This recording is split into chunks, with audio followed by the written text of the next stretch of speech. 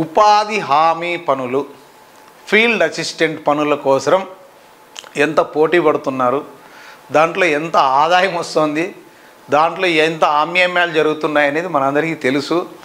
ఇక్కడ ఒక న్యూస్ చూస్తున్నాం, అవినీతి మనీ కేర్ ఆఫ్ ఉపాధి. అసలు ఈ అవినీతి మనీ ఎవరు, ఎక్కడ జరిగింది, ఏంటి అనేది ఇక్కడ చూస్తే నార్పల్ మండలంలో కుప్పలు తెప్పలుగా అక్రమాలు వెలుగులోకి. నాడు సస్పెన్షన్ అయిన ఆ మనీకి మళ్ళీ పోస్టింగ్ ఇచ్చే అవకాశాలు ఉన్నాయంట.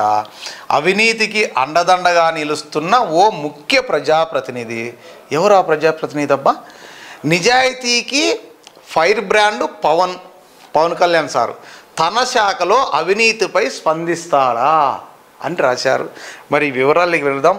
ప్రభుత్వ లక్ష్యాన్ని నీరుగార్చి ఖజానా లూటీ. ఎక్కడ జరిగింది ఏంటి అని ఒకసారి మెయిన్ హెడ్డింగ్ చూస్తే, సింగనమల నియోజకవర్గం నార్పల మండలంలో తెప్పలుగా ఉపాధి హామీ పనులకు సంబంధించిన అవినీతి అక్రమాలు ఒక్కొక్కటిగా వెలుగులోకి వస్తున్నాయి. గతంలో అవినీతికి పాల్పడిన ఫీల్డ్ అసిస్టెంట్ని ఆ శాఖ జిల్లా పీడీ సస్పెన్షన్ కూడా చేశారు. ఆ ఫీల్డ్ అసిస్టెంట్ ఎవరో ఇప్పటికే మీకు అర్థమై ఉంటుంది. ఆమె ఎవరూ కాదు, మన నార్పల మండలంలోని అవినీతి నాగమణి. ఆ వివరాలను ఒకసారి పరిశీలిస్తే, గ్రామాల్లో వలసలు నివారించి సొంత గ్రామాల్లోనే పనులు కల్పించే గొప్ప సంకల్పంతో ప్రభుత్వాలు మహాత్మా గాంధీ జాతీయ ఉపాధి హామీ పథకాన్ని తీసుకొచ్చాయి. అయితే కొందరు పాలకులు ఆ ప్రభుత్వ లక్ష్యాన్ని నీరుగారుస్తూ అక్రమ కాసుల సంపాదనకు కల్పతరువుగా మార్చుకుంటున్నారు. అందుకు మచ్చుకు ఒకటి ఉదాహరణ తీసుకుంటే, ఇటీవల నార్పల మేజర్ పంచాయతీ ఫీల్డ్ అసిస్టెంట్తో ఉపాధి హామీ సిబ్బంది చేతులు కలిపి అక్రమాలకు పాల్పడిన సంఘటన ఒకటి వెలుగులోకి వచ్చింది. అక్రమాలకు పాల్పడిన సదరు క్షేత్ర సహాయకురాలు 100 మంది కూలీలు పనులకు వెళితే 1200 నుంచి 1400 మందికి హాజరు వేసి ప్రతి వారం లక్షలాది రూపాయల ప్రభుత్వ ఖజానాను లూటీ చేసింది.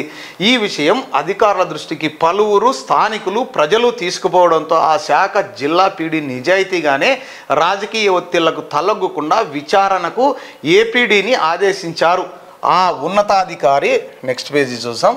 ఆ ఉన్నతాధికారి ఆదేశాల మేరకు ఏప్రిల్ 10వ తేదీన ఏపీడీ పనులు జరుగుతున్న ప్రాంతంలో ఆకస్మిక తనిఖీలు నిర్వహించి ఫీల్డ్ అసిస్టెంట్ చేత కూలీలను లెక్కించగా 193 మంది అంటే 193 మెంబర్స్ హాజరైనట్లు తేలింది.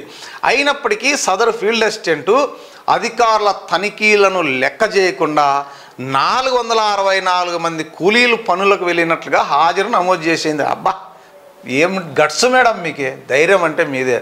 చూడండి, ఇక్కడైంది 193 మంది లెక్కించారంట ఉన్నప్పుడు. అంటే ఫీల్డ్ లెవెల్కి వెళ్ళి 193 మెంబర్స్ ఉన్నా కూడా, అయినప్పటికి కూడా వాళ్ళు వెళ్ళిపోయిన తర్వాత 464 మంది కూలీలు వెళ్ళినట్లుగా రాశారంటే ఎంత ధైర్యం వీళ్ళకు. దీంతో అనుమానం వచ్చిన విచారణాధికారి ముందు తర్వాత రోజులు ఎన్ఎంఎంఎస్ రిపోర్టును పరిశీలించగా దాదాపు 1000 మందికి పైనే కూలీలు పనికి వచ్చినట్లుగా ఒకే వ్యక్తుల ఫోటోలతో పలు నకిలీ మాస్టర్లు సృష్టించినట్లు తేలింది. దీంతో సదరు విచారణాధికారి నార్పల పంచాయతీలో అవినీతి పతాక స్థాయికి చేరిందని, ప్రతి వారం లక్షల్లో ప్రభుత్వ ఖజానాకు లూటీ కొట్టారని పీడీకి నివేదిక సమర్పించారు. దీంతో జిల్లా పీడీ సలీం ఈ నెల 12న క్షేత్రస్థాయి సహాయకురాలు నాగమణిని విధుల నుండి తొలగిస్తూ స్థానిక ఎంపీడీఓకు ఉత్తర్వులు జారీ చేసినారంట. అవినీతి మనీకి అండగా ఓ ప్రజాప్రతినిధి ఉపాధి హామీ పనుల్లో అక్రమాలకు పాల్పడిన ఆ మనీకి అండదండగా నియోజకవర్గానికి చెందిన ముఖ్య ప్రజాప్రతినిధి కాపాడే బాధ్యత తీసుకొని సంబంధిత మండల అధికారి నుండి సస్పెండ్ కాపీని ఫీల్డ్ అసిస్టెంట్కు ఇవ్వకుండా అధికారులపైకి ఒత్తిడి కూడా తెచ్చింది. ఇదే విషయం సామాజిక మాధ్యమాల్లో చక్కర్లు కొట్టడంతో చేసేదేమీ లేక ఆ ఫీల్డ్ అసిస్టెంట్ను విధుల నుండి తొలగిస్తున్నట్లు ఉత్తర్వులు ఆమెకు అందజేశారు.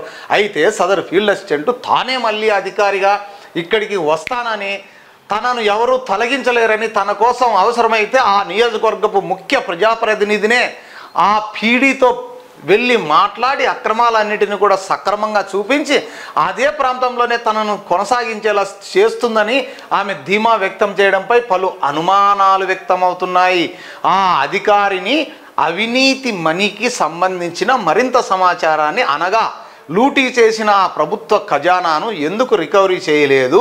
అవినీతి సొమ్ము ఏ ప్రజాప్రతినిధికి, ఏ అధికారికి అందించానని చెబుతోందో మరి ఎవరికి ఇచ్చింది? ఏంటి ఆ డబ్బులన్నీ? అవినీతి అధికారులకు ఇచ్చిందా, లేకపోతే ఆ పైన ప్రజాప్రతినిధికి ఇచ్చిందా ఏంటనేది, అసలు ఈమె వెనకున్న ఆ ముఖ్య ప్రజాప్రతినిధి ఎవరు అన్న వివరాలన్నిటినీ మరో కథనంలో వివరించే ప్రయత్నం చేస్తాం అంటూ కూడా ఒక ప్రముఖ దినపత్రిక ఈరోజు న్యూస్ ప్రచారం చేసింది.